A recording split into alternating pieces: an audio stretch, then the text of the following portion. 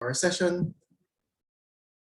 We would like to remind everyone that we are recording this session, and if there are any concern about the recording, please feel free to reach out to the safeguarding point person for this event. So to initiate this today's discussion, we would like to call on our first speaker, Ms. Marby Tabungar, yes, Digital Manager of Plan International Philippines. All right, thank you, Chan. Thank you for that introduction. And once again, welcome to all of our speakers and panelists today, and to all of our guests here at Zoom and those who are watching via Facebook. Today, we are celebrating the World Youth Skills Day by recognizing stories of people who are working towards developing the youth and creating a better environment through skills development and economic empowerment. But we also want to take this opportunity, of course, to increase the awareness on some inequalities that the digital era has brought upon girls and young people in general. And just to highlight some of the insights from relevant studies, if we could go to the next slide. And again, these are next slide, please. So these are again some of the insights that we have gathered from reports or researches or studies around the world, where we found out that one in five girls left or significantly reduced their use of social media platform after being harassed, which creates that notion that the online world is unsafe for girls. And at the same time, we also found out that girls are 5 times less likely to consider a career in the tech world, which reduces girls' future employability, where more jobs are foreseen to be more digital and technology based. Aside from this, we've also seen that over 90% of jobs already have a digital component. Therefore, girls must have access to education and also access to opportunities to be able to create digital technology, but many are still lacking access to this. And aside from this, we also found out that only 11% of tech startups have a female CEO, which make it seem like the tech-driven environment is not, it's not very favorable or not very suitable for girls. So just like me, you probably think that it is not right and this digital divide must not exist. But let me step back a little and define, just so we have a common definition, let's define what digital divide is. Or, sometimes it's actually called a technology gap or a digital divide. It is actually the difference between groups with access to technology and the internet and those without. Now, girls and women often have less access to technology and the internet compared to boys, as I've seen in the previous section, particularly in developing countries like, of course, the Philippines, where girls and women struggle to afford technology and internet access. And in addition, stereotypes around technology being only for boys, right? Or that fear of being discriminated stop, girls from using digital tools. Now, without equal access to technology and the internet, girls and women are not able to equally participate in ever more digital societies, right? In employment, in school, in all many environments where digital products or digital tools are heavily being utilized these days. So holding back girls and women in this area affects every aspect of their lives, including their ability to speak out and campaign on issues that matter to them. And given that, it is important for us to realize the value of digital empowerment for girls and of course for young people, because digital literacy has become almost as important as the traditional literacy. And of course, we've seen that over 90% of if we move to the next slide, we've seen that 90% of jobs worldwide already have a digital component. Diba? And most jobs will soon require sophisticated digital skills. So what has worked, or the skills that are needed now, are probably going to be different in the future. And at the same time, technology can also be a powerful tool for girls to become activists. And so they could lead on, the changes that they want to happen for themselves and their communities. Okay, and if we move to the next slide, and of course, Plan International, as an organization, has taken an active role in promoting digital empowerment. And okay, let's move on to the next slide. Yeah. Okay, and of course, through partnerships with the private sector, other organizations, and the government, Plan has developed its youth employment solutions digital ecosystem, which is an innovative suite of digital tools designed for the most marginalized. Now, through the Wired for Work project funded by Accenture, we were able to bring these digital products to empower girls and the youth in the Philippines and also in Indonesia. And also, going on to the next slide, with our Dare digital strategy, we aim to be able to mainstream value-based digital capabilities for scalable, efficient, and human-centered digital solutions. And within the ecosystem, we bring a suite of digital products, and we are very glad to share them with you today.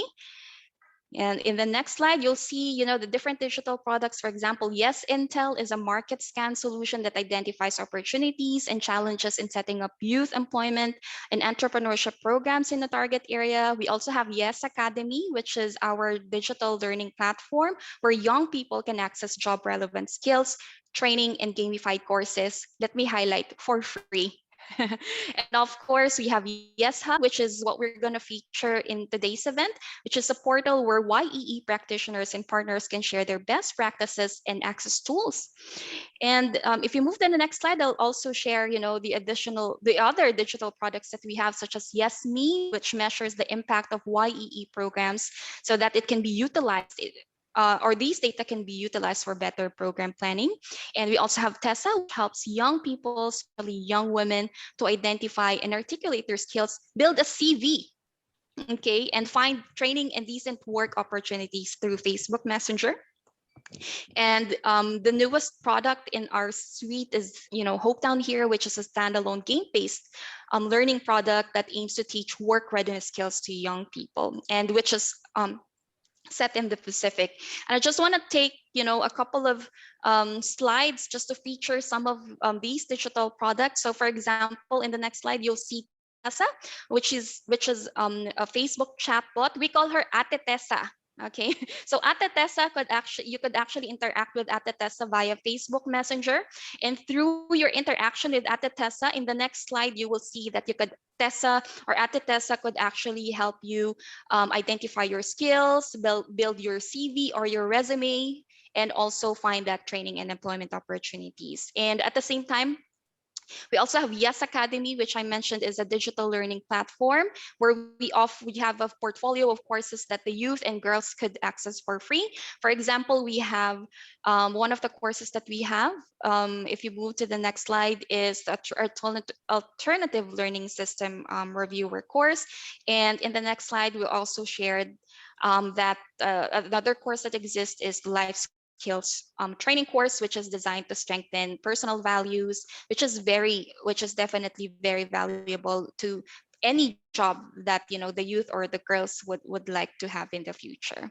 All right, and of course, what we want to feature today is Yes Hub, which is a knowledge sharing platform, which will be utilized by YEE practitioners, and this is also going to be a safe place, for our youth who participate in any program so that they could engage online safely.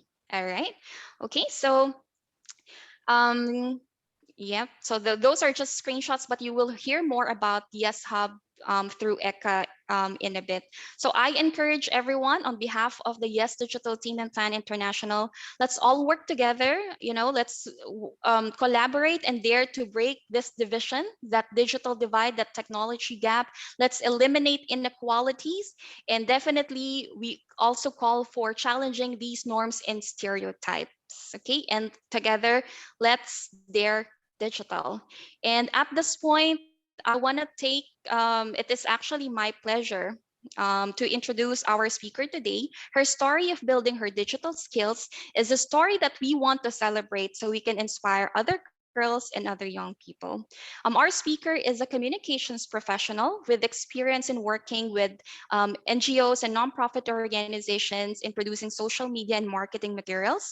Currently, she works as a communications coordinator at Field Dev Foundation, the communications lead for Interwoven campaign at UNICEF Regional Office in South Asia, and the marketing communications officer in the Solutions for Development Impact. So let me call on, it's my pleasure to introduce our young woman speaker today, Bella Angela Del Rio. Hi, Bella.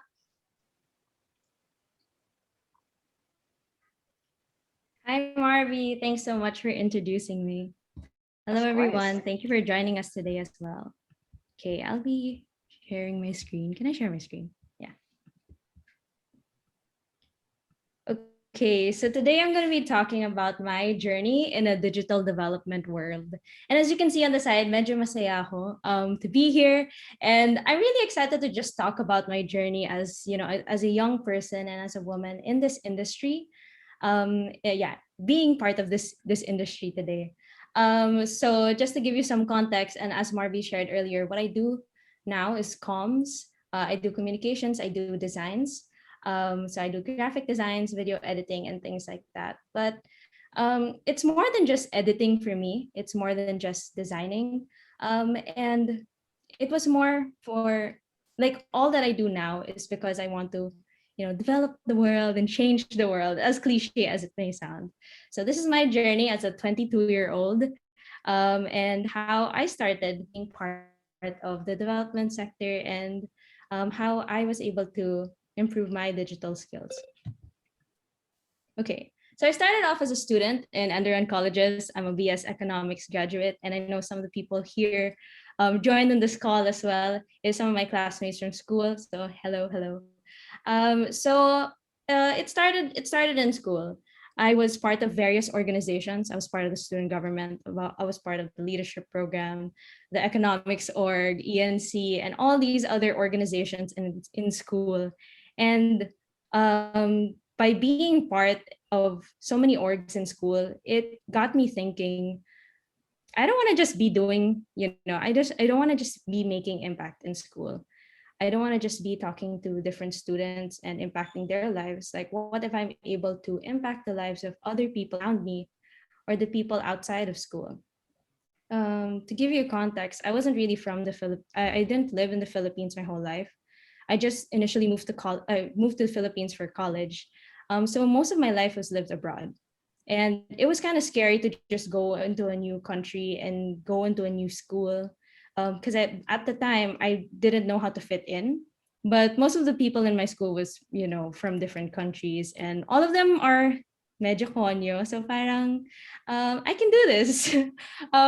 This girl who doesn't know how to speak Filipino well, okay, I can do this. I can move into the school. I can be part of all these orgs and I can create impact. So come around second year of college, I decided to join a program called the Asia Pacific Youth Exchange. And I decided to define my own journey. Na, okay, yeah, I'm this girl, 17-year-old. I don't really know what I want to do in life, but you know what? I'm just going to wing it. I'm going to take the risk. I'm going to go outside the school and learn something somewhere and take this new opportunity. So my teacher came to me in college in second year, and he said, "Hey, Bella, there's this program called the Asia Pacific Youth Exchange, and you should join." And I took that risk, and that's where I met Kuya Chan, the moderator for today, uh, and even Eka and a lot of the other people that are in this call. So I took that risk and joined this program, and I didn't know who I would meet. There were a lot of people from different countries, and all I could think at the back of my mind was, I'm the youngest one in my group. I was just 17 years old, and everybody around me was either 22, 25, and I'm like, I can't do anything here. I can't contribute that much because I'm not smart enough, and I'm not good enough to be in this program. But I was here anyway, so I just went with it. Um, and this is where I went on immersion. I went on immersion for the first time, woke up the next day after my first day on immersion next to a beetle. And I was scared for my life because I didn't really like bugs. I slept in a very small room with no air conditioning, and I can't live without the air conditioning. And all I could think at this time was, okay, you know what? I haven't been living in the Philippines for a while, so it's okay, to live this kind of lifestyle. I have to know what people around me and like my kababayans, or like my other fellow Filipino people, like I have to know the situation that they're going through. Like I said, I wanted to make a bigger impact than just making impact in my school and to the students. I have to do more outside, right? So this was the risk I took. The first risk and the first challenge I had to take was to stay in a home that where I didn't know the people. I didn't really like the food that much, and I learned to love it. I really learned about the situation that they were going through, about how a lot of people are not getting paid well, how it's known as for women or for mothers, now they're just going to be staying at home, and that's how the reality was. A lot of people were in poverty, and the people that I stayed with, like I got to know their stories, and it was heartbreaking to know that wow, there are these people that are living this kind of life, and I'm so privileged, and what am I doing just sitting at home? So having this and this first part of my story really led me to continue doing what I do. Like after this immersion, I just realized to myself and thought to myself, okay, it's about time I take a risk. It's about time I have to do more. I have to, go out of my comfort zone and do more to help out these people. So what can I do? And what I did was a domino effect. I joined the next APY again, this time as a facilitator. I joined and I facilitated a group where only one person was my age, but everybody else was older than me. I went to Korea and I had to facilitate this other group where one of my delegates was 30 years old. And I was like, I'm this 18-year-old child, and this guy is way older than me, and I won't be able to do that much. And that's all I was thinking. But no, I did it anyway. I facilitated that group. Then fast forward a few months later, I joined as a communications intern, as a business development intern. And at the ECA, the person that you're gonna be meeting later, she was like, "Hey Bella, you're really good at designing. Don't you want to try the design?" And I'm like, "Well, I only know how to Canva, so I don't think I would be good at this. Plus, I'm not really techie. I'm not that good at it." And she was like, "No, you should try." So she forced me to use Photoshop, and that thing that she did changed my life forever, because until today I still do digital design. I still do graphic design. So I joined as a communications intern, and then a few months later I joined as a communications officer, because somebody told me that I can do it, and somebody believed that I would be good at graphic design when I definitely thought I wouldn't be. And when I finished um, that that 1 year, that 6 months as a communications officer at the Asia Pacific Youth Exchange, um, the same person gave me an opportunity to work at Plan International. So I worked at Plan International actually December of 2019 as a communications consultant, where I did communications. I designed, I wrote newsletters, and I had to create videos, and I had to do audiograms, and I learned that from Tina, who's also part of Plan. And it was really a domino effect from there. Just because this one person believed that I could design and I could do Photoshop, that means, that I didn't know that that would define the rest of my career. So from then on, yeah, all I was thinking at the back of my mind, okay, how is this related to economics, the course that I took? But I was thinking that um, I want to do development communications, and I want to make an impact with all the designs I create and everything I write. So yeah, like I said, I joined the comms team, and this was the team that I was part of. It was a bunch of young people, and some of these people didn't really know also what they were going to do, but it was our playing field, or it was a place that, we were a part of this group of people that just allowed us to thrive because they believed that we could do it even though we were just hesitant with our skills. So I think like this program was just like, a trial and error for me, but I went to it anyway, and thank God it worked out. So it was one after the other. I went to different places, met different people, different nationalities, and it was amazing.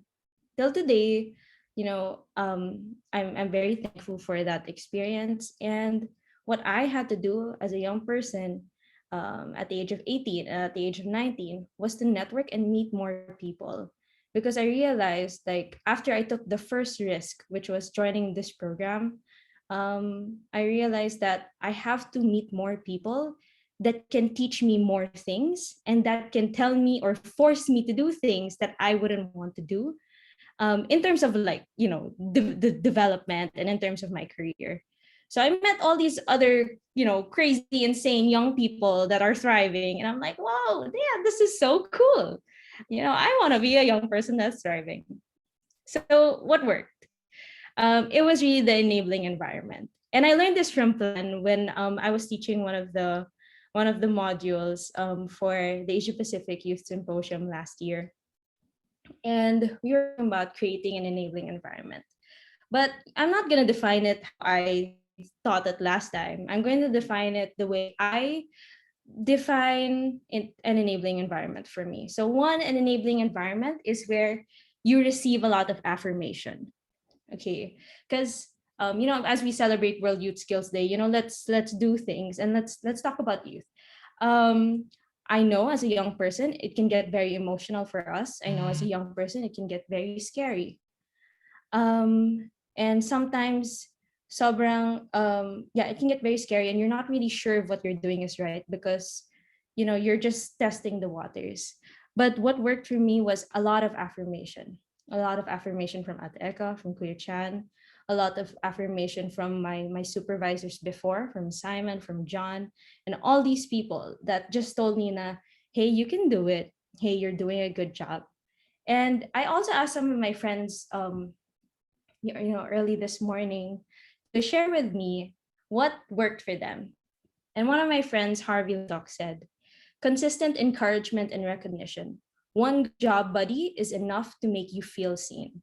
So I hope, all the, I don't know, organizations that are listening here today, or, if you're a supervisor to a young person that's just, or an intern that's just still testing the waters or doesn't really know what they're doing, one good job buddy is going to make you feel seen and is going to make them already know that what they're doing is right. Next is empowerment.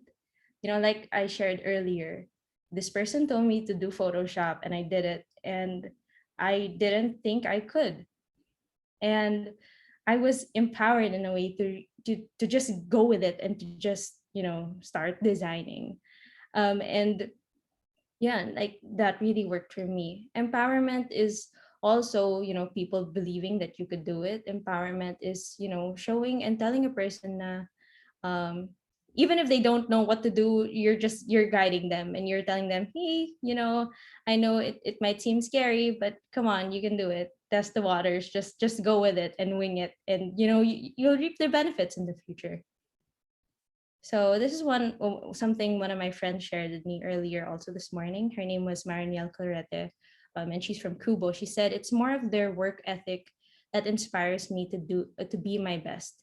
They manage multiple things all at once effectively. I see how they are able to manage their time responsibly and emotions well, and that motivates me to be as intentional. I think empowerment is not just the you can do it spirit, but it's also, as adults, being an example to younger people and a younger audience, and yeah, being that example for them so that they can see that what you're doing is so cool, that what you're doing is making an impact and that they can do the same too. And that's the cool thing about it. I think one thing that I really learned, especially when I worked in Plan, was how insane people were working at, their jobs. Like there were times where, some of my previous supervisors wouldn't even sleep. And I was like, why are you doing this to yourselves? But at the back of my, but when they would share with me their stories, it's because what we're doing right now is going to make an impact. Imagine like all the things that you do now at Plan International can make an impact for young women and girls to thrive in the workplace. And just to hear that, whoa, it made me think now, wow, what I'm doing now can make an impact in the lives of other people. And the same, like right now, I'm working at Philadelphia Foundation, and like just to see how we're able to help so many scholars, how able to help so many startups and social enterprises, it just makes me think now, wow, like I'm at the back end, but we're able to impact the lives of so many people. So I hope like whoever is listening today, the things that you do it, intentionally, and you do it because, you want to make an impact in the lives of other people. And then next, an enabling environment is challenging. And one thing that I realized is that it's not going to be easy for us as young people, because at this age, and I learned this from other people as well, at the age of 20, it can be a very emotional roller coaster. It can be so tiring. Sometimes you're just gonna break down. And I remember there was even a time during my career where I was crying while editing a video. And I was like, like this is so exhausting. But an enabling environment is also challenging. Providing an enabling environment doesn't mean it's going to be easier, and doesn't mean that organizations or adults or people should coddle young people, okay? So I hope when we say that we're creating an enabling environment, doesn't mean that, we're just going to be making it easy for young people.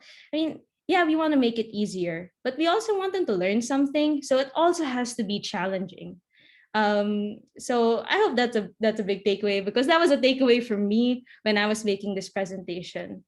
Okay, because what I learned over the years when I was working with so many different people was that what the work that we do is really hard, and you would, break down and it would get exhausting. But we do it anyway. Next, you have to make the effort and you have to stand strong. As women and as young people, we have to do this. One thing I learned from my supervisor at PhilDev, his name is Adriel Nesperas, and he said, I continue to seek learning opportunities outside my current organizations, like online courses, reading, and joining workshops. We have to also seek opportunities that's going to help us grow personally as young people. Next, you do you. So tech is usually known to just be for men.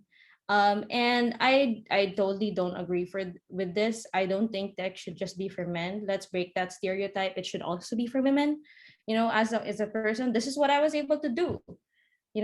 Because of whatever that one person told me to do Photoshop, I was able to create this. And my dad is a graphic designer, so I just at the back of my head, I was just thinking, designing is also just for men, but it's not. It's also for women, and I was able to create this, and it was really cool. Next. So digital skills isn't just about tech and coding. It could also be comms. I think the thing that we think at the back of our minds, it's just limited to this, but it's not. So for all the people that are thinking of being a writer or a designer, comms is also a digital skill. We need comms today, and we need comms today, especially during COVID-19, because right now everything is online. Even this event is online. You're watching this on social media, and we're engaging through Instagram and through Facebook and all these platforms. So comms is a digital skill that we all need, and I hope that we don't think that it's easy, because it's definitely not. Anyways, so yeah, it's a digital skill. Yeah. So lastly, as I end my presentation, I'd like to share why do I do what I do. I do this because I want to create an impact in the world. As cliche as it sounds, I want to be able to help other people through the content that I make. I want organizations to do more, and I want their efforts to be seen online. That's why I do what I do. Right now, I take on so many side hustles. I work with UNICEF, I work with PhilDev and ADB and all these organizations, and I do it because I love what I do, and I really hope that, you know, in the future we can really um, create this enabling environment for young people to thrive. So yeah, that's why I do what I do. I really enjoy it, and I hope, by hearing my story, by hearing my story today, you guys might also think of what you would want to do and why you do what you do. So that's it from me. Thanks so much for listening, and thank you so much again for having me.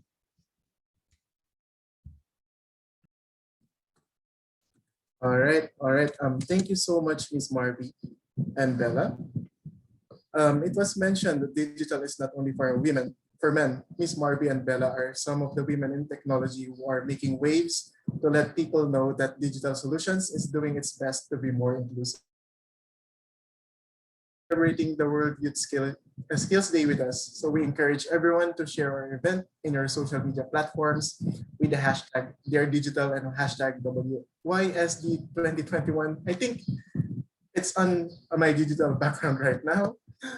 Our celebration of the World Youth Skills Day emphasizes the role of how young women and men, especially the marginalized, can be supported in maximizing their skills to thrive in the new norm.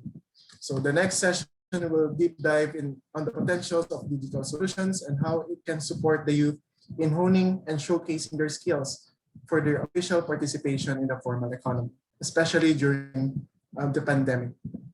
With this, I would like to call again Ms. Marby, who will be moderating the next session, and who will introduce the invited panel speakers. Ms. Marby.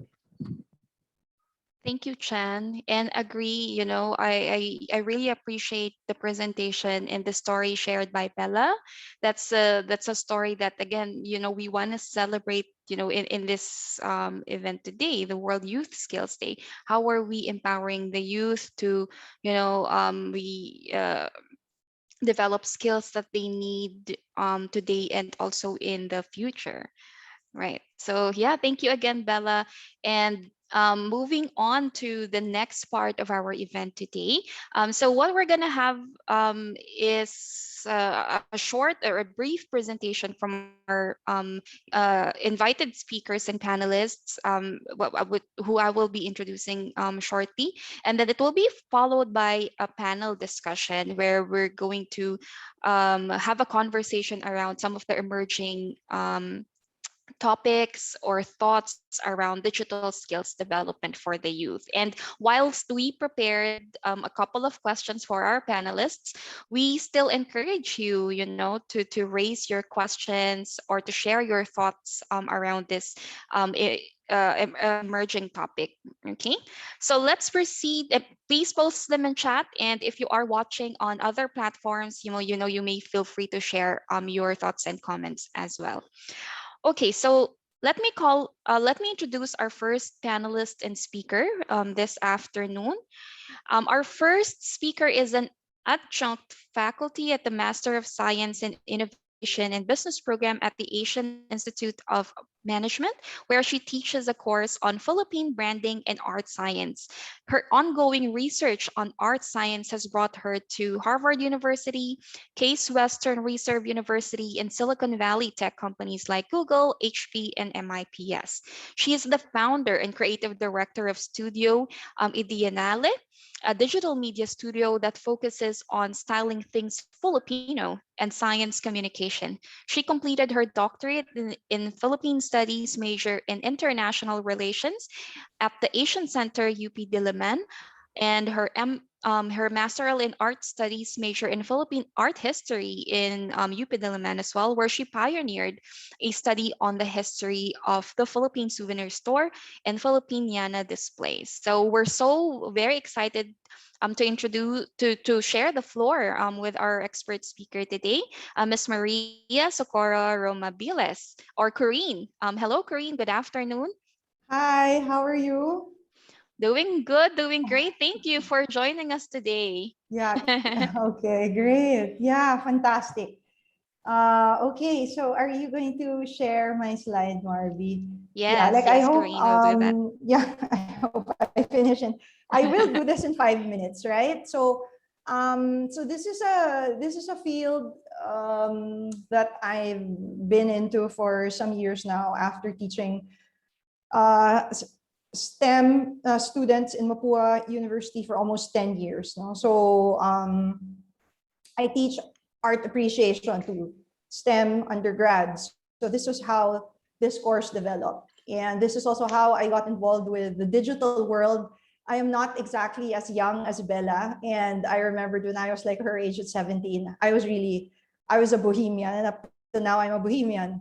So I think the training of the mind in the digital was just really honed, and there was a lot of resistance on my part, no, considering that there is this whole idea that the digital is only for men, but then we always have to give things a try, right? So the topic is on art. Now, since I'm an art teacher, I taught also for 10 years among multimedia art students, also in Opo University. So I somehow got came across like linchpins, no? And intersectioning of the STEM world, the art world. So the question is, why the arts matter in a highly digital world, right? So next slide, please. Yeah, so I'm trying to collaborate with some people now on the 21st century curriculum, since I'm supposed to represent the academe. So there's this whole talk about specialized field or expertise. Think about your expertise. But everyone is encouraged to think multidisciplinary, in a multidisciplinary way, no? Multidisciplinary thinking plus global citizenship. This has been my concern as a teacher. Next slide. So my way of training everyone in multidisciplinary thinking, especially those with like left brain inclinations, STEM professionals precisely, is to go by way of the 7 major arts. No? So the visual arts, literature, philosophy, theater, music, dance, film. In short, the humanities. No? So the idea is that when I teach people to think in a multidisciplinary way, and that they be encouraged to be a global citizen today, focusing on their expertise. Next slide, please. They are supposed to acquire these 5 essential skills to function in a very efficient way in what we call the 5th industrial revolution. We already advanced the 5th industrial revolution. So how does a professional today, an expert in his field who thinks in a multidisciplinary way and is ready for, ready to conquer the globe, how does that person bank on these 5 essential skills that he has? Okay. Creativity, design thinking, computational thinking, collaboration, and communication, which will precisely make that person dominate a VUCA world. So I suppose we more or less understand what a VUCA world is. It's volatile, it's confusing, it's ambiguous and all that. So it's a very topsy-turvy world. No? Okay, next slide, please. So sometimes we can get overwhelmed by like some kind of introduction such as this. No? But as a teacher for quite a number of years now, like I only really propose that my student, I include myself as a lifelong learner, acquire these 3 skills. that we know how to read well, comprehend what we're trying to read, to write well, and to speak well. Next slide. So, so given that introduction, I had been precisely with that background, those things that are consistently in my head now as a teacher, preparing for my 21st century curriculum. I came across you guys in Plan International, and they asked me this question: what about the landscape of digital development in the Philippines? What are the initiatives precisely to upskill digital skills for young people? So here's my proposal, given precisely that, all this advocacy that I have in education. So we're facing now the new work order, and the new work order says the fifth industrial revolution of VUCA world is shifting from manufacturing work to knowledge work. There's the distribution of work across large geographical distances. There's a de-emphasis on the workplace as a place where people work. There's a flattening of hierarchies within organizations, and there's a weakening of relationships between employers and employees. I get this from my book, a book that I've been looking at called Digital Literacy.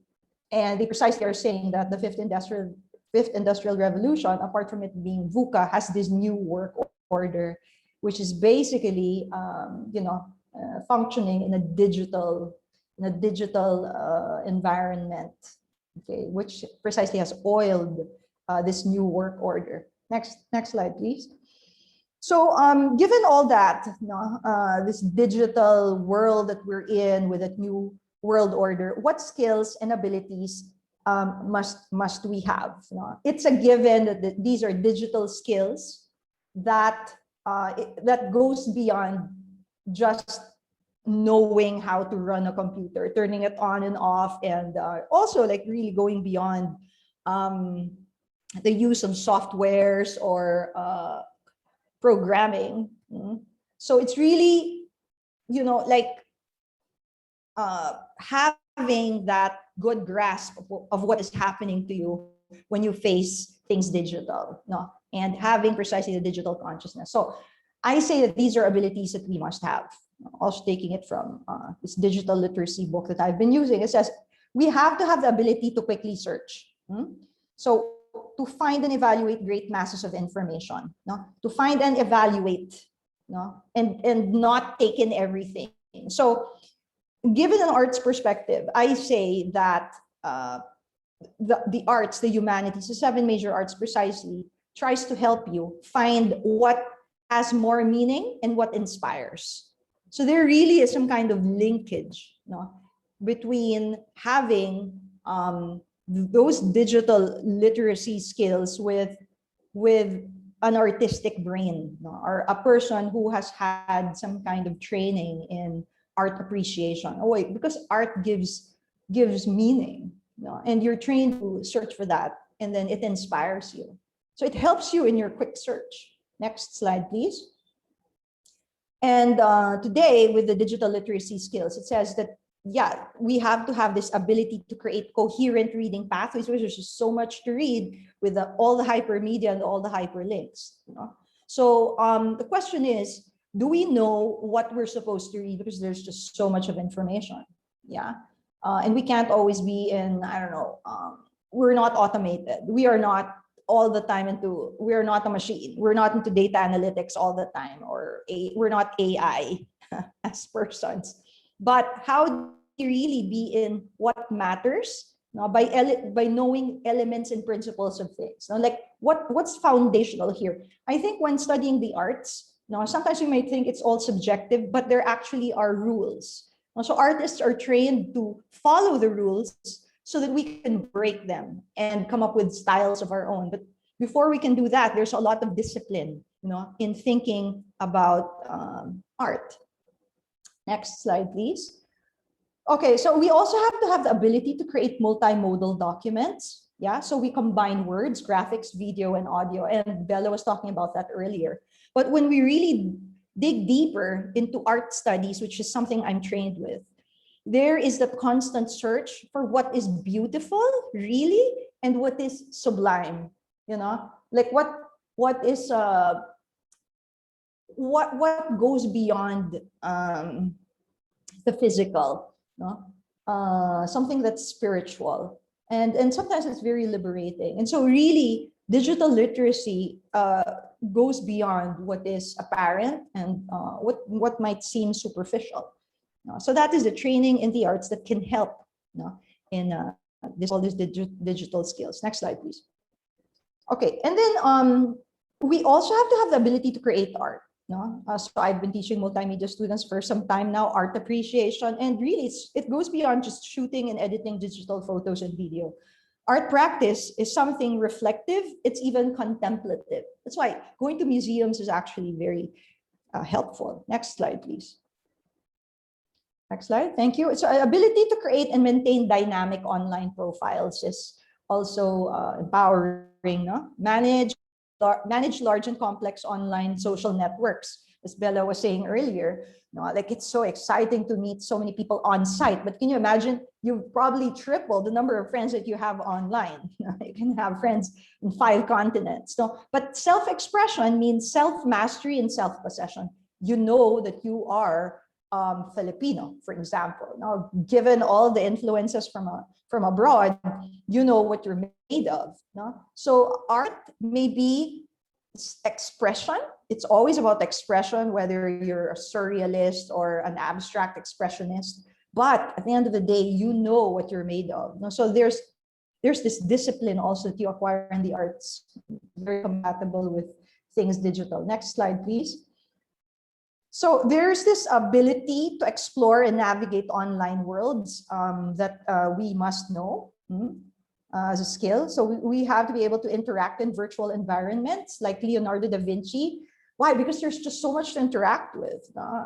Today you are in this site, the next day you're in this one. You can be handling videos, you can be in social media.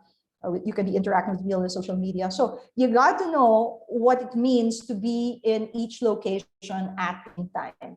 And that means having, having a whole brain approach to that exploration, shall we say. So we have to be very democratic and diplomatic in the way we approach information, but at the same time also very prudent. Because we know what they are. So we're not lost with all the data that we're trying to navigate in. Next slide, please. So we have to know the ability, we have to have the ability to protect our personal data. We guard personal data from being misused by others. So the arts actually gives you a lot of vicarious experience. We read literature and we learn from Tolstoy, for example, about also trust. Or we learn from Dostoevsky about transparency. We learn from masterpieces in literature about human nature. And so we don't have to murder anyone to be able to know what it means to having killed to kill someone, right? So vicarious experience is very important that we also experience that we learn from the arts, from literature or even film, and that helps us in our navigating these online worlds. It's precisely, it's very practical that we know art. Yeah, I think I end there, and then all these later on is reserved for the question and answer. So thank you. It's basically the presentation. I hope I didn't go beyond time. I think this one will be for the question and answer, or do you want me to proceed? I think the time is up. Yeah, that's all right, Karine. We could probably continue with that, in the panel discussion. You could maybe talk us through that for later. But thank you for that. And thank you for sharing how, arts is actually very integrated, in how we develop skills for now and also in the future. Right. So we'd be happy to talk more about it in the discussion later on. So thank you. No problem. Thank you, Karine. Thank you. Yeah. Thank you. Okay, so let me introduce our next panelist, who's also going to share with us a brief presentation on his experience and story. Our next panelist is a teacher and a free culture and open movement advocate from the Philippines. He has worked for several print publishing companies and an educational technology company focusing on the content development of K to 12 instructional materials. Currently, he works as a consultant focusing on developing content for K to 12 science for a pilot EdTech solutions project for last mile schools in the Philippines. He is the lone member of from the Philippines of the Creative Commons Global Network, a volunteer to several Wikimedia projects, such as the Encyclopedia of the Philippine heritage. So it's my pleasure to introduce our speaker today, Carlo Joseph Mosquito. Hi, Carlo. How are you? Hello, hi. Thank you. Thank you for having me. Hello. Of course. Hello. Thank you for having me this evening. Medyo past 6 na. So I'll just share my screen to share my story. Okay. Can you now see my screen? Okay. Hi, I'm Carlo. I'm a Wikimedia, but at the same time, I'm also a Wikimedia. It's a difference of a P and a M, but it matters in the open movement community. I've been a Wikimedian in the Philippines since 2013, a year after I graduated from college. And as an active Wikimedian and a member of a standing committee at the foundation, I get grants. We call it in the Wikimedia jargon scholarships to participate in international gathering of Wikimedians. The recent one before the pandemic was I was in Stockholm, Sweden, to participate in Wikimedia. Wikimedia is the largest annual conference of all Wikimedians around the world. And I think we're only two Filipinos who attended Wikimedia for that. While on a plane ride way home, I was seated beside an overseas Filipino worker, maybe a man in his 40s or 50s. Since travel for the second leg of my return flight, which is from Doha to Manila, will take around 8 to 9 hours, we got the chance to talk. And he asked me what was my work in Qatar because the flight was from Qatar. If you will check the flight's composition on a Middle East flight, whether it's Philippine Airlines or other Middle East carrier, majorities are overseas Filipino workers returning back to the Philippines. They left the Philippines so that their sons and daughters will get decent education or decent living here in the country. The talk became longer. I wouldn't like to elaborate it anymore because it's only 5 minutes, but it was a good talk. And he told me that he has a son at the time graduating from senior high school. And he asked me an advice, what will be the type of jobs in the future? Because he learned that I attended a conference for Wikimedia with IT people. And I make a very simple response with him. My response is the job of the future will be anything about information technology or IT, anything about computer, anything about digital skills, anything about digital literacy. These are the jobs of the future. When I first got my publishing or writing job a year after I went into teaching, I must say that the interviewer or the hiring manager at the time was amazed to hear that I contribute to Wikipedia. I showed them links of my Wikipedia articles that I wrote. One is shown on the screen. Luckily, at the time, I have written around 30 articles in the English Wikipedia. Some even tagged as good articles by editors. So in the Wikipedia system, we also have a quality assurance of articles. As a volunteer Wikimedian, I just not had developed my writing skills, writing for an encyclopedia, but also at the same time, some of my digital skills, to which I'll try to share three of which. As you know, Wikipedia, the online encyclopedia, is a popular website around the world. Who doesn't know Wikipedia? Maybe except for two countries, China and Russia, because Wikipedia is banned in those countries. Wikipedia is a popular website, a very popular website, and a free website attracts contributors to write articles of their interest in the form of quote unquote free advertisement. Although Wikipedia maintains a policy of neutrality. So even if you would like try to advertise anything, it must be neutral, and it must fall even on other conditions, like it must be known also to others, a certain level of uh, uh, I forgot the term, but it should be at least known in a global encyclopedia. So I can't just create an article of one person if he or she is not even mentioned on any reliable references. So if you would like to contribute, it must be neutral. Wikipedia has always been asked about its reliability. Questions, how accurate is Wikipedia, or is there fake news in Wikipedia? In these years, we have always coined the term fake news. The threshold for inclusion in Wikipedia is the concept of verifiability, that concept of truth. You might have heard your professors banning Wikipedia in your classes. Well, on both sides, I agree and disagree. Uh, for me, as a teacher also, I can totally tell my students that to read Wikipedia because for me, it's a good starting point if you want to learn more. Of course, they must not cite Wikipedia articles in their academic work, in their theses, in their research report, but at least the text here on the Wikipedia pages are good starting point for them to read something, learn more about the concept.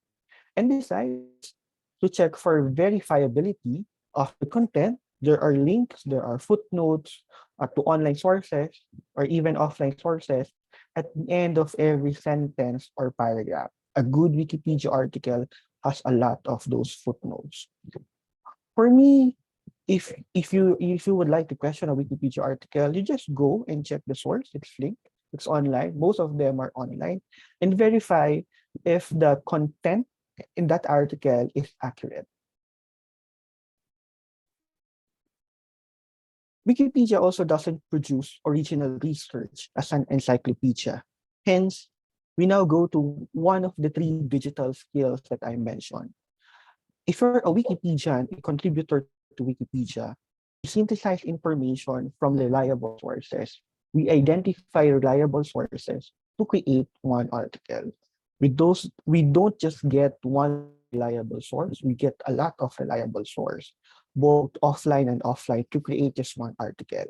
I think for me, at this age, it's now time that we as leaders don't just consume information and content as is, but to apply critical thinking and analyze information provided to us, which is now the first digital skill. How do we handle information and content?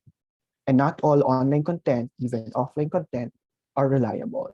We must have a keen eye and observant eye to identify which ones are accurate, which ones are reliable. Take note that elections is coming here in the Philippines. A few months. Next year, May 2022, we're going to elect our next politicians, our next leaders. Trolls also go to Wikipedia because I've mentioned if you do Google search, Wikipedia articles are the first article, the first on the list if you do search. But I assure you, volunteer Wikimedia also keep an eye on politics related article to immediately revert any vandalisms that may occur. So it's not being done by Wikipedians, legitimate Wikipedians, but also done by trolls or those vandals who would like to contribute or uh, badly, quote unquote, contribute on those articles. For example, in the 2016 election, there was vandalism on the page of Vice President Jejo Marbinay. There has been a lot of vandalism, but I place it as an example because when I got the information that there are vandalisms on the vice president, I immediately requested the page to be locked. So only registered users to Wikipedia can edit this page at the time. The second digital skill is communicating or participating in online conversations, discussions, and on other platforms such as social media. Many of you don't know, but each articles on Wikipedia have talk pages. where anyone could leave messages, provide information, suggest on how could we possibly improve articles. Editors, and I agree on this, usually discuss on certain disagreements, mostly disagreements on article on top pages. Sometimes it really will take long, long, and long. Other communities, like for example, in the Philippines and in Southeast Asia, we also maintain our mailing list, our group chats. We have several group messaging apps to discuss issues within our Wikipedias of interest. Take note that we, in the Philippines, we have the English Wikipedia, but there are also around 300 more editions of Wikipedia around the world. We also have Wikipedia Tagalog, Wikipedia Bicol, so on and so forth. As a community as big as the United Nations, we do always have different views and opinions. Sometimes when I wake up, I just receive an emails complaining about what we do at the committee, at the standing committee where I work with. And there are a lot of times, many times that we disagree. We really disagree, both offline and offline. And I'm proud to say that uh, in the Wikipedia community, as former executive director told us, Catherine Maher, in the last Wikimedia that we had participated in Stockholm, Wikipedia is not a place for harassment. It will never occur. No toxic behavior, never. We don't want it here. We in the Wikimedia community, although we communicate most of the time, we disagree most of the time, is proud to share that we aim Wikipedia to be a safe space for everyone and serious about it. That's why we've launched the Universal Code of Conduct to fight harassment both offline and offline. It aims to provide a universal baseline of acceptable behavior for the entire Wikimedia movement and its project. So it's not Wikimedia Commons, Wikisource, Wikidata, which now goes to the third and I think most important digital skill that I've learned from being a Wikipedia is that being safe and doing your work in a legal way. Global conversations have been executed in order for us to establish movement-wide standards for an inclusive, welcoming, safe, and harassment-free environment to enable us to better attract and retain new and diverse volunteers and to grow also as a movement. So if you want to develop your digital skills, go and join our movement. Be a Wikipedian, be a Wikimedian. Thank you. All right. Thank you, Carlo. How do I sign up? That's my Uh, question. you just edit any article. You don't need to have a membership to be a All Wikipedia. right. Okay. That's Right. Thank you. Thank you, Carlo, for sharing. And there's something that in what you shared resonate very well, with Pan, especially on creating that safe space for people who are accessing this technology, right? So yeah, would be glad to have a further conversation around that later on. Thank you again, Carlo. Thank you. So yeah, so now let me introduce our next panelist. He is a candidate for Master in Science and Innovation in Business from the Asian Institute of Management. He started as a software engineer and worked in different departments such as sales and marketing and operations, and research and development before venturing into the startup scene. He is a founding member of a fintech startup, Pearl Pay. He also started his venture, Skylabs, a student center aiming to connect students and young professionals to industry experts and provide mentorships and idea incubation, where they incubated a real estate startup, Rental B. His experience in technology, business, and design combined honed his skills in designing experiences and crafting digital products. He is consulting to several startups on product strategy, design, and development. So today he's going to share with us his story. Let's all welcome John Skylar Teng. Hi, Sky. Pleasure to have you here. How are you?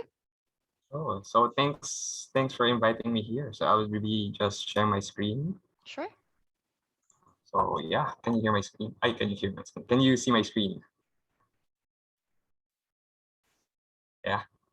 So the theme is investing in digital skills development for youth. So I specifically chose a very useful photo for this. So hi, I'm Sky. So I won't introduce myself again. So moving is how do you develop digital skills? But for this, I would want to focus on skills in generally, but specifically, how do you develop yourself? So during the pandemic, I've mapped out 4 key phases that I've gone through, from closing my business to upskilling, then starting and running 3 different studios. So it starts with intent and navigation, curation and interpretation, communication and transaction, and growing and sharing. So knowing your intent will help you realize the space that you would want to navigate in. So due to the pandemic, my first business was closed. And because of the lockdown, it forced me to grow digitally and in ways that I didn't expect. So prior to the pandemic, there's already a shift from doing brick and mortar and traditional business to digitalization.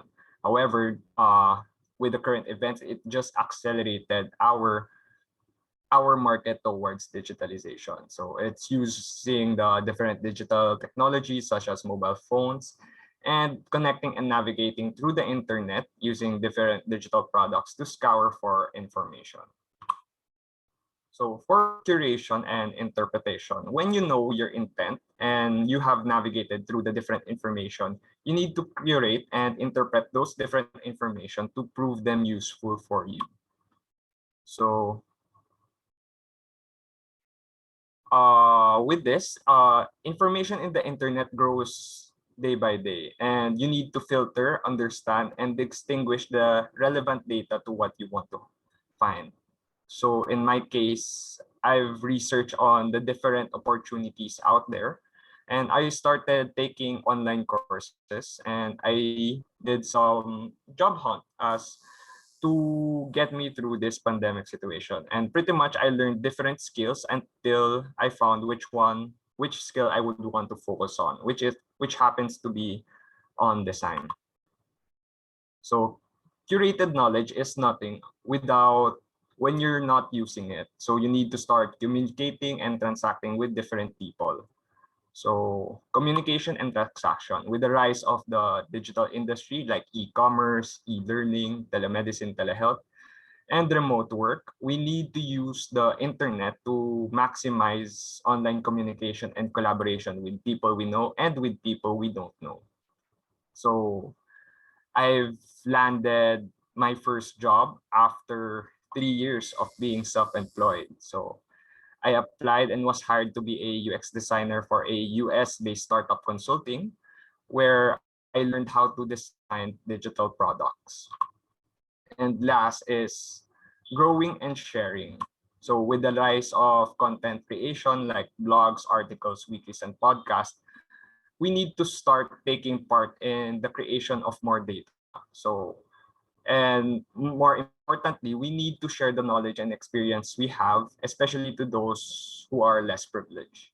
So 3 months in my job with as a UX designer, I've decided to provide my services elsewhere. So I did some side consulting, and 6 months in, and just last month, it grew into 3 different studios. So we've started 3 different studios focusing on venture building, product strategy, and media creation. So what has life taught us in this hard time? So digitalization should make our lives faster and easier. So we need to start connecting and collaborating with different people we know and we don't know. And we need to start growing and start sharing, because in this times, we have never been more alone, at the same time more connected. So invest in yourself. Thank you, and connect with me. So reach me at johnskylerteng.com. So thank you, everyone.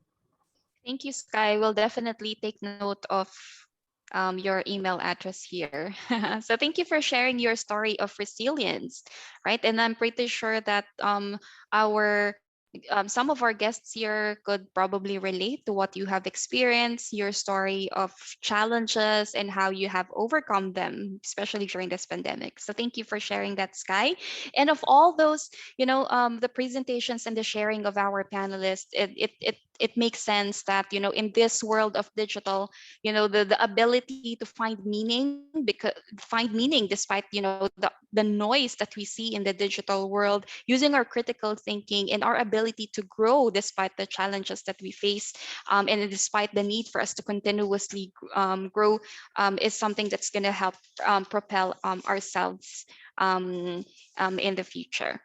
Okay, so now we will be opening the floor for a short panel discussion, just to answer some of the emerging topics in the area of digital skills development for the youth. So may I invite, Sky, Carlo, and Corrine to please turn on your video, and I'll be asking just a couple of questions here. I also captured a question from our participants, which was very interesting, very timely. So looking forward to responses to that. But perhaps let's start the conversation with, um, what do you see as the role of the young people themselves in digital skills development? It's good that we have this mix of um, ideas here based on what you presented, but in your point of view, what is the role of young people in that digital skills development? Maybe Karine, from as an educator, what do you see as that important role that the young people themselves play here? Okay, let's see. I think they should critique what they experience. Like these products that are everywhere. They should be able to evaluate well how these products are affecting them, a good way, a bad way, so that these products can improve, and also that the people behind them are aware, not it actually does affect them, maybe negatively or positively, because what are all these digital products for but to serve us, as the previous speakers had said. These tools are for man, for human beings, not the other way around. It's not the human beings, made for the tools. Yeah, Marby. Yeah, thank you, Karine. Totally agree with that. Using your better judgment, all right, and in utilizing these digital products. And maybe Carlo and Sky would like to add to that. For me, the youth will really play us, the youth. I still consider myself as a youth. Uh, will be the one who will shape the future of the digital world. For example, the youth will decide what will be uh, the trends of the future. They will decide what articles will be booming at this year, for example, what will uh, Wikipedia articles in the future, because we also have problems in diversity in Wikipedia articles, for example, or even in our wiki projects that we have. So they will be the one who will really decide what will be the talk of the town in the future. But at the same time, they should be critical thinkers so that they will be able to know what for example is good, what for example is bad, what is fake news, what is not.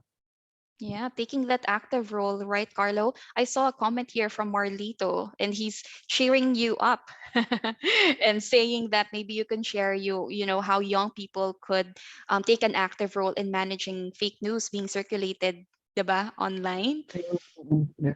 I also teach high schoolers a few years ago, and I always tell them that if you have money to buy internet load for Facebook, please also pay for Google. because Mm, because you should not be just relying on one source of right. information if you Yeah. would like to verify information. And I believe at the time, most students, maybe until now, just pay for social media. So please pay for Google because the uncertainty on Google, there are a lot of sources available online. You just Yeah. need to check which is reliable and which are not reliable. Even in the way we write Wikipedia articles, there was a time that certain editors don't accept articles from Rappler because Mm-hmm. they can't see the editorial board of Rappler. So they can't Mm-hmm. verify if this is maybe a legitimate news organization at the time, maybe a few years back. Mm-hmm. So I think it's also part of analyzing what are the source and then Mm-hmm. the content itself so to be able to combat fake news. It's important right now. Yeah, totally agree. And especially there are so many resources being shared now Mm. online, right? Okay. And Sky? Yeah, so in line with Prof. Corinne and Carlo for the role of youth, so technology is the same with every other tool. So just like our hardware tools, have the power to create and to destroy things. So I think it's up to the youth, and hopefully they choose this technology to create good things, because Oh. as said in the last parts, its role is to make our life easier and Mm-hmm. better and faster. So Yeah, I agree. Thanks. And Corinne is probably very proud of you. I heard, Corinne, that Sky is actually one of your students. So you must be Yeah, very we proud. actually didn't realize we were going to be here at the same time. Yes, Yeah, definitely, definitely. Skylar is yeah. doing his best. Yeah. Agree that this has to be for our benefit as human beings, not, the digital drive taking over us, right? And there's that fear, diba, na parang the technology, robots are going to take over the world, right? But we have to shift our minds. We have to shift our thinking around that. But see digital as a way to make our lives easier, faster, so that it could benefit us all, right? And just one more question, I guess, coming from the participants, and this is a bit long, but let me try to summarize it. So there's this concept of rising side effect of employment among the youth generation, and there's this growth of hustle culture. Okay, the commitment to overwork and higher productivity typically comes at a cost, wherein the youth may lead themselves to instances of feeling burnt out and greater mental health issues, which is again another emerging issue these days. While empowering the youth with entrepreneurial and digital skills is unarguably important, what would you say regarding the notion of this overwork and hustle culture in this fast-paced world where work doesn't seem to stop? And let me hear it first from Sky, who has been working on different startups. What's yeah, your take on that? so this is something that me and Prof usually talk about. So the the usual, I mean, for the past few years, the connotation of work is there is a work-life balance. So when you go to work, you think of work. When you go home, you think of home. Mhm. And right now, due to the pandemic, especially during the quarantine, there's already a blur of the separation of work and life. So Mhm. what's happening right now is, instead of work-life balance, it's a work-life integration. Mhm. So work is starting to creep on our daily lives, and there's no more set time, Mhm. the set time of working. That's why, like, there's people still working at 10 p.m., 1 p.m., Mhm. because not that they forgot to work, but it's that time that they are most productive. Right. So for these people, I mean, for the youth that embracing the hustle culture, I think it's important to keep in mind their health, Mhm. and to rest when needed, because you the body will speak to you when it's at its limit. You will Right. know Yeah. when you're at that point. So yeah. Still make your health a priority, because that culture already exists, and if you want to participate in that new culture of the way we work, then you really have to first take care of yourself, right? And I know, thank you for sharing that, Sky. And maybe Corinne, just a few words from you. I know you have to run to another meeting, but maybe just some few words from you on that Yes, yes. question. Actually, it's not just the youth, also the adults. No, I think I'm way beyond really that age limit that was being referred to. It's very difficult. And we must just have to stop, and be there for what's vital, what matters. And I Mhm. think it's to be there for our families, to be Yep. there for the people who need us most, Mhm. and yeah, health, and definitely the overall well-being. So it's work-life balance. I think it's very important, Marby. Right. Yeah. And finding that way to make sure that there's balance, do it mindfully, right? Okay. Thank you, Karine. And I understand you have to leave. So if you have to go, thank you so much for joining us. But we could continue for a bit more on the conversation. Okay. Maybe Carlo, from your point of view, how have you been ensuring that you take care of your health? Given that you're also part of this hustle culture. I actually been working remotely even Mm-hmm. before the pandemic. Right. So I'm really working from home. I just need to report in the office once or twice in a week Mm-hmm. or as needed. So even before the pandemic, I have been into this, as Sky mentioned, the work-life Mm-hmm. integration. But at the time, there are points wherein we really take rest. It's not Yeah. take rest when needed, but really take rest. So Right. really take rest, really go out like office mates, we go out, we call it mental health, like Mm-hmm. events. Really set it up on our Oh, own okay. so that we could refresh our minds. Even if it's not company sanction, we just organize it out ourselves. Mm-hmm. But because of the pandemic, we can't do it anymore. So it really took a toll to most of us. Mm-hmm. Especially for me, because I love to go out. I love to stay in coffee shops. So I usually do work at coffee shops. Mm-hmm. I like doing work and vacation. Mm-hmm. I do works even on airport because that's what keeps me going. But I also came at the point that it's not anymore working. I Yeah. have to let it go. I resigned from work, and now I integrated myself into the hustle culture because Right. I personally prioritize that I also needed to. It's not needed, but I need to take rest. But of Yeah. course, there are also other conditions that maybe you are not being permitted to do that. So it's more of you have also to take your time, your condition. But at the same way, it's not really take rest when needed, but you really need to take rest. It took Mm-hmm. me 3 years to really have a fixed work schedule. During my first years of working from home, I also work 1 a.m., 2 a.m. until 4 a.m. because I have a flexible schedule. I just learned during the pandemic, 3, 4 years after that. Okay, I need to work really from say 9 to 5, 9 to 7. After that, shut down your computer because you Yeah. also need to take care of yourself. Yeah. Exactly. That should be the priority. Yes.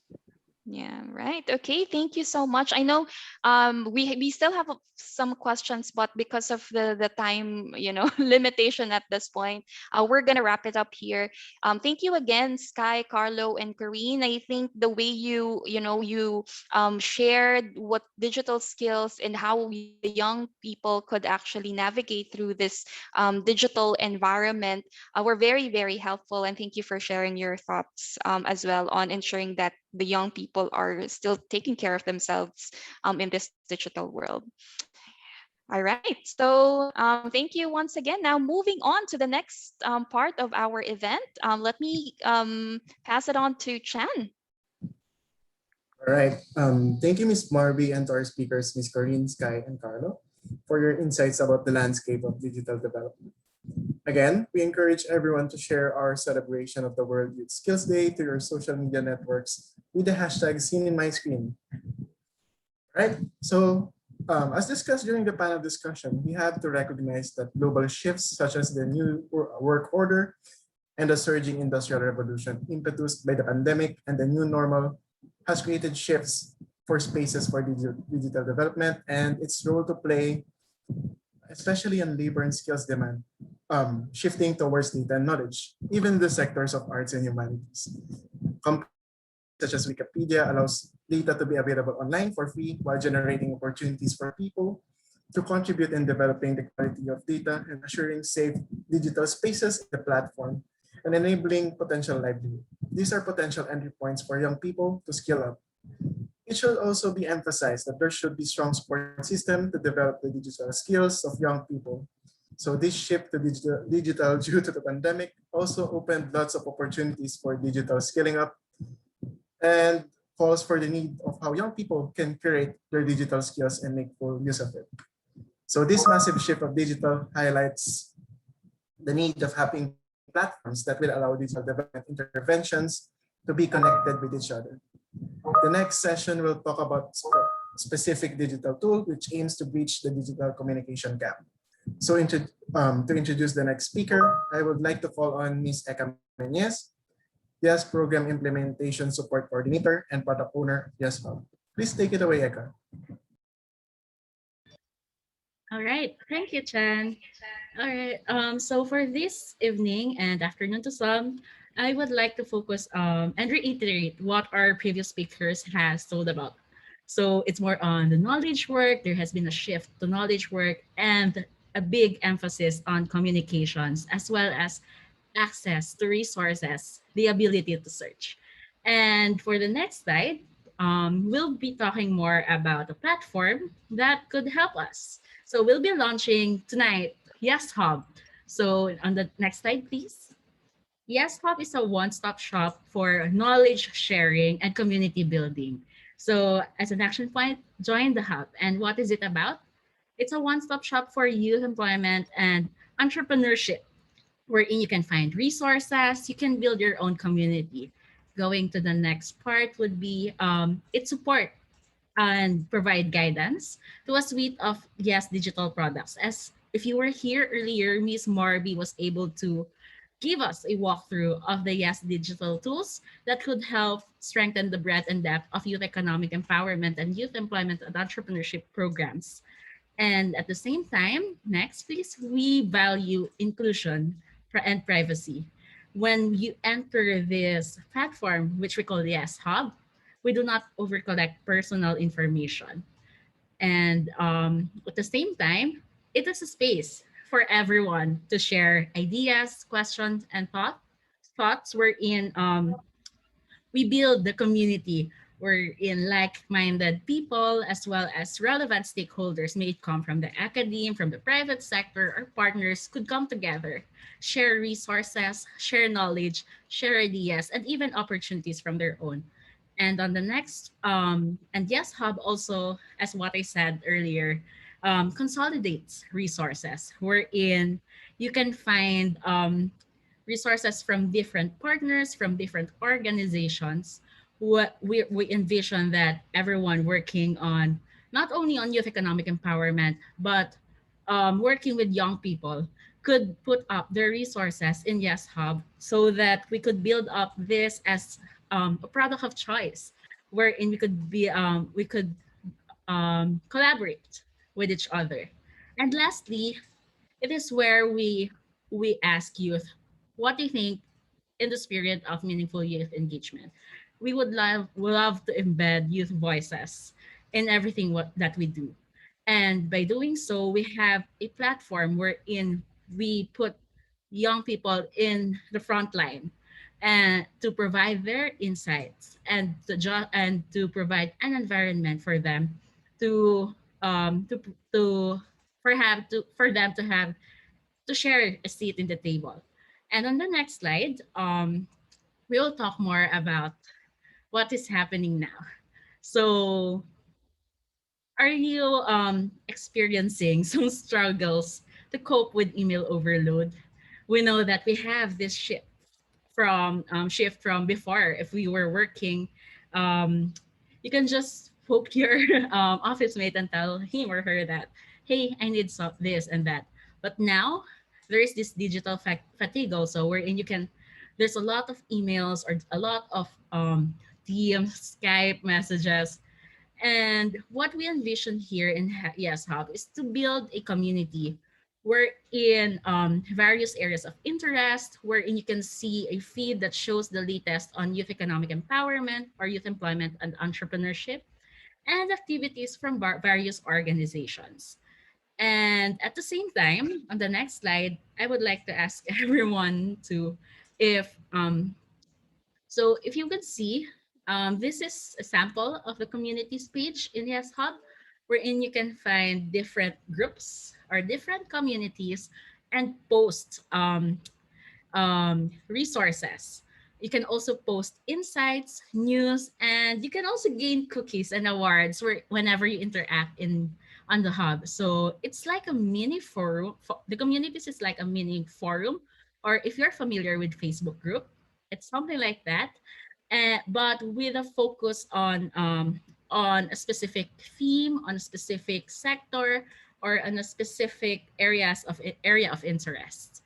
And on the next slide, I just want to check with everyone on, are you having problems in storing, sorting your knowledge resources? I think Ms. Corinne pointed out earlier that there has been a shift on going to the knowledge work, and at the same time, Carla has shared a lot of stuff in when it comes to knowledge generation, to creating content through Wikipedia. And so here in Yes Hub as a platform, we would like to spotlight the solutions page. So in the solutions page, you can see a toolkit that could help um, youth employment and entrepreneurship programs. And at the same time, you can see the whole suite of the Yes digital ecosystem in the solutions page. What is it about? What are these digital products doing? And how could you benefit on these digital products? You can also see some best practices and case stories all around the world, and we are curating content in Yes Hub for to inform the users on what's the latest, what's the trend, and what is happening when it comes to the youth employment and entrepreneurship realm. On the next slide, you can see how it looks like. So here is a sample of a toolkit that you can find in the solutions page in Yes Hub. And for the past years, Yes Hub has been used by Wide for Work in Indonesia, through Plan International Indonesia, through for its alumni engagement. And just last year, we used Yes Hub for the Asia Pacific Youth Symposium, a social dialogue platform by the Asian Development Bank Youth for Asia team. Uh, so, and on the next slide, you will find out one of the new features of Hub. So, of course, there are a lot of events that's happening, especially in this virtual setting. And if you would want to share any event, we have the calendar option. It works almost the same as the usual calendar that we have. So wherein you can, members of the hub can plot in their own events may it be focused on youth economic empowerment, or may it be focused on their organization, as long as this as long as these could contribute, and they would love to share in the platform. And you can see on the next slide that this is how it looks. So there's this calendar, and when you click on a certain date, you can see what events are happening. We also post some curated events here in relation to youth employment and entrepreneurship. Uh, and on the next slide, you could see there is this study or comparative analysis on what's the difference between Yes Hub, or shall we say Facebook, a social media, or workplace. When it comes to Hub, we have the following components: the solutions, communities, the calendar. We value the safety and security of our users. So as compared to Facebook, which is more personal, of course, there are information that could really identify a person, right? And then there is also a messenger function, there is a groups function. In Yes Hub, we just get what the necessary information. We do not over collect information, and at the same time, we moderate. We have groups that are moderated. The content is moderated, even the members are moderated. So some groups can be public, wherein anyone can join and share information, but we are proactively moderating these communities to ensure that only relevant information are being shared, the best practices are being shared, those case stories that really has to be out are being shared. And at the same time, there is this award system which we just recently launched. And in the award system, you can send someone, another user, an award. For example, I would like to give this award to Bella, who has been really great in sharing her story. So you could do that in Yes Hub. And if you see someone has been really engaging in a community, you could also send him or her an award by using cookie points. Um, so when it comes to the more, so Yes Hub is more of a mix of a, a personal and a professional platform, as long as we envision this, as long as it goes through our vision, which is Yes Hub as a knowledge platform, as where we also build communities for young people, for youth employment and entrepreneurship practitioners, the private sector, the government, for all the partners who are like-minded. And on the next slide, here's how you can join Yes Hub.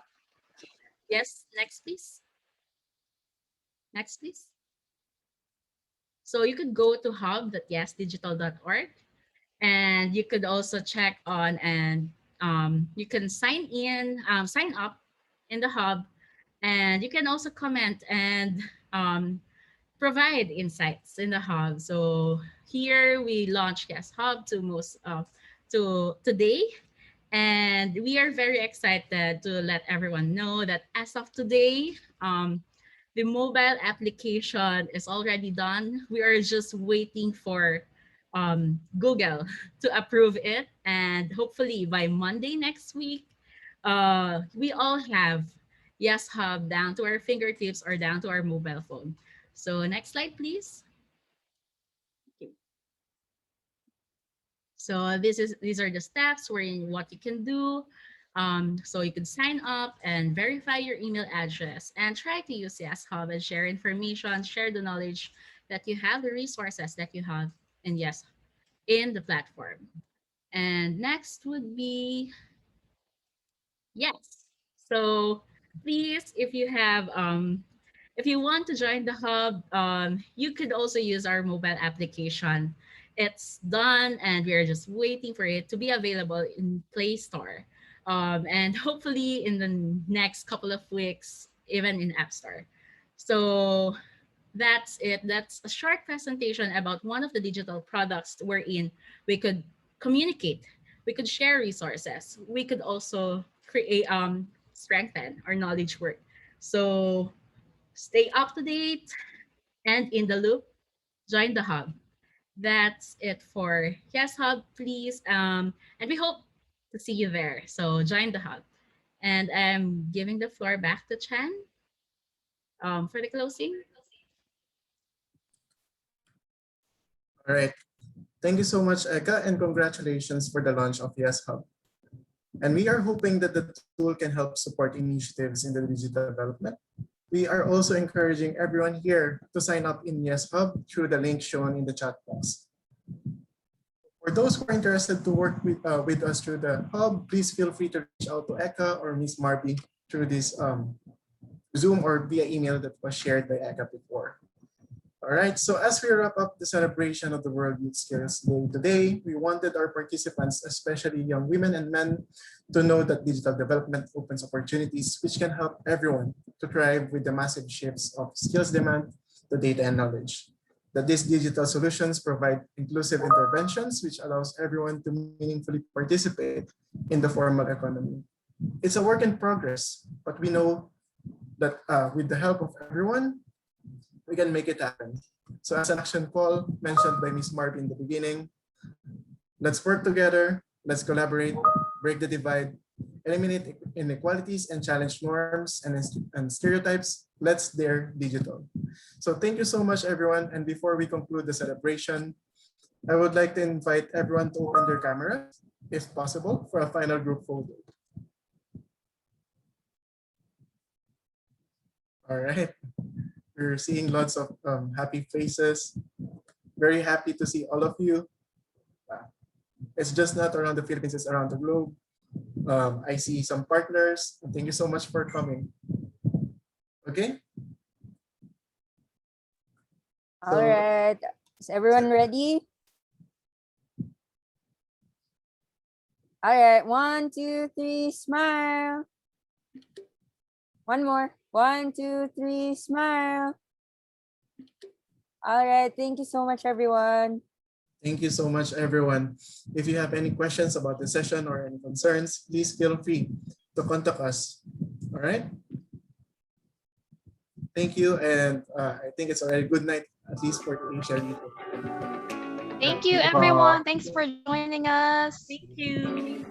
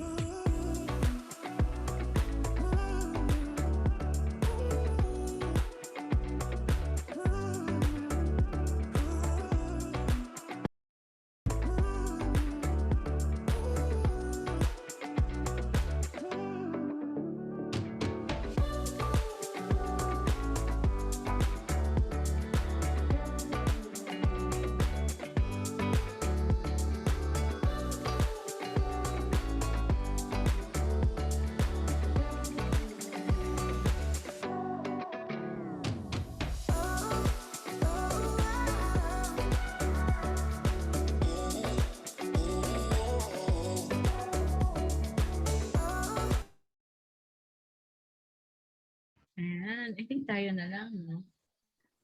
Woohoo! My Tayo na gosh. lang ba? Oh my God. Sheena, my God. Anne, thank you so much. Oh my God, thank you, Sheena. Thank you, Anne.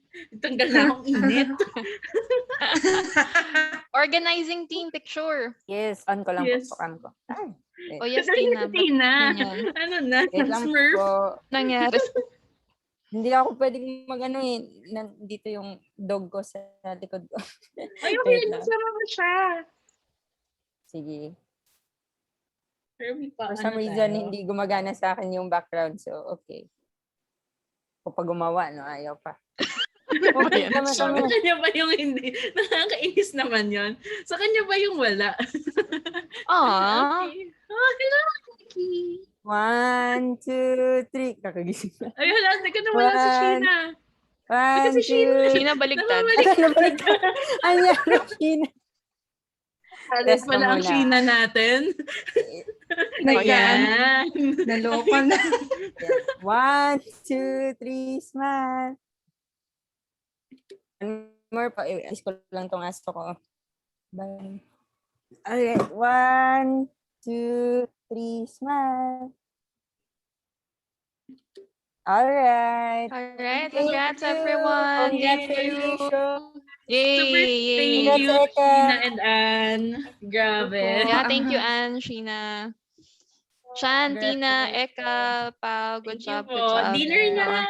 Correct. See you guys. May pa-dinner ka na. Joke. Oh, Thank you, Eka, Sana, sa pa-dinner. Sana meron eh, no? Thank you, thank you. Thank you. Bye-bye. Thank you again, Sheena and Anne. Thank you. Salamat. Bye-bye. Bye-bye.